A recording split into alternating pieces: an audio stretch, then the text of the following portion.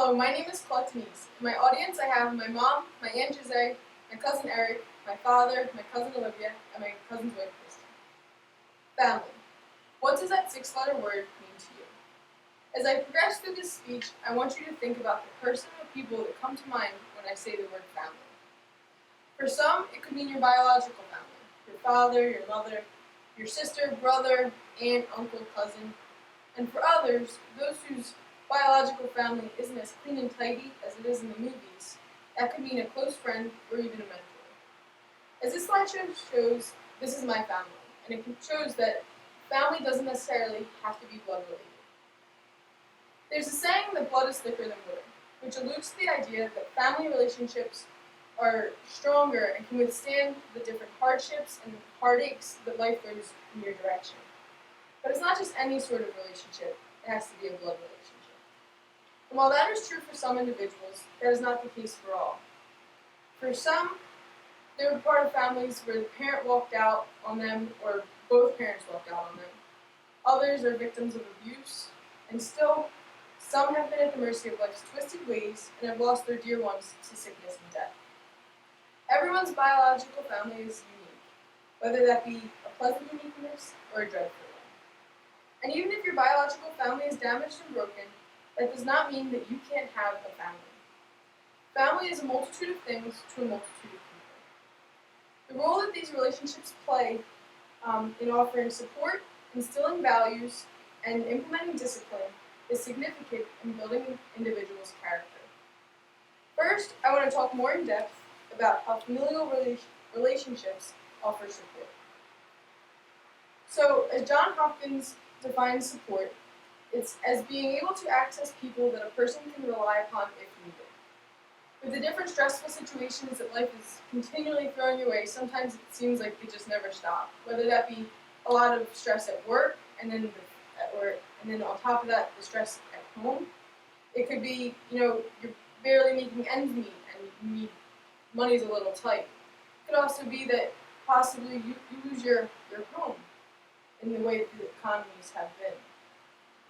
Others have had different health disparities that have put them out of work and led to further consequences. And with all of these situations that can come upon an individual, the support of your family is paramount. For some, is paramount. It's that support that they show you that you're not alone in all these different situations that happen in your life. They're there to help you through it. They're there to, lend you a hand. That influences individuals to do the same for not only their family, but also strangers. In my own experience, my grandmother, was diagnosed with lung cancer and was recently put on hospice. And as I saw with my own family, all of her children and her grandchildren, they were full-fledged into it and willing to help her. They wanted to give her the best care that they possibly could. They wanted to support her during this difficult time. And as she supported them growing up, they likewise extended the same respect towards her. I would now like to move on to the second point, where I'll be discussing how family instills morals and values in an individual. So the difference between morals and values are that values are a person's standards of what's important, and morals is what's right and wrong.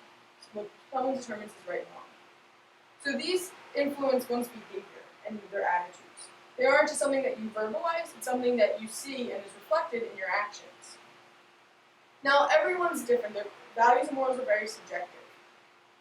And they're often influenced by those around you. You hear other people's what they value, what their morals are, and then you determine, oh, yeah, I agree with that, or nah, I'm not on the same page. So everyone's are different, and with that in mind, you'll see these differences in those in your family, which at times can potentially cause conflicts. But that strengthens your own resolve. It strengthens your own thoughts on the matter, and makes you realize why you feel the way that you do. And as you grow up, as a child, you're taught morals. You're taught, don't bite your brother, don't hit your sister or friend, whichever it may be. It's very black and white. And as you grow into adolescence and adulthood, you're more so taught values. And these you have to reason on yourself, whether you think that attaining these values, things that you may see as valuable, you may think money is very valuable, and your way of attaining that may be morally upright to you, but it may not be the same to someone else. So there's more gray areas in that manner. So your morals and values alter over time, and as different people come in and out of your life, you hear what they say, and again, they're constantly changing. So far, we've spoken about family offering support and instilling morals. So now we'll discuss how these relationships also implement discipline. As I already stated, all of these aspects shape us as individuals. So what discipline is, it means to impart knowledge and skill, to teach. So those who are in your family are disciplining you, they're teaching you, they're guiding you, not forcing you to be obedient to them. And with that, you learn different limits and what's acceptable and what's not. And you see that there's consequences for your actions. You can't just do whatever you like and life just goes on its merry way. And that, and along with that, it has to be consistent. Throughout your life, you'll continually be disciplined. As when you're a kid, even when you're an adult, you're continually being disciplined. It's a non-stop, there's no end to that cycle. And being disciplined, it prepares you for the real world. You see, there are consequences for your actions as you're older. If you don't hand in the work papers on time or things like that, your boss will speak to you and they'll tell you, you need to get your act together. And if you keep doing it, it's likely you could possibly even be fired. So it shows you, as you're growing up and as you're continuing being disciplined, it shows you the appropriate manner on how to act with different individuals. And you see that what's acceptable to some individuals won't be acceptable to another. While some are more easygoing, some are more uptight. So you know what to say and what not to say as life goes on. And without family, sometimes discipline for some people, they have to learn it the hard way. And that could be enforced through law enforcement and the courts and things in that manner. So let me end by saying that familial relationships, whether they be blood relationships or not, shape who we are as a person. These relationships play an essential role in shaping an individual's character through support, morals, and discipline. Remember when I told you to picture the people or person that comes to mind when I say the word family? Who you pictured may not be the person that you would have pictured a year ago, 5 years ago.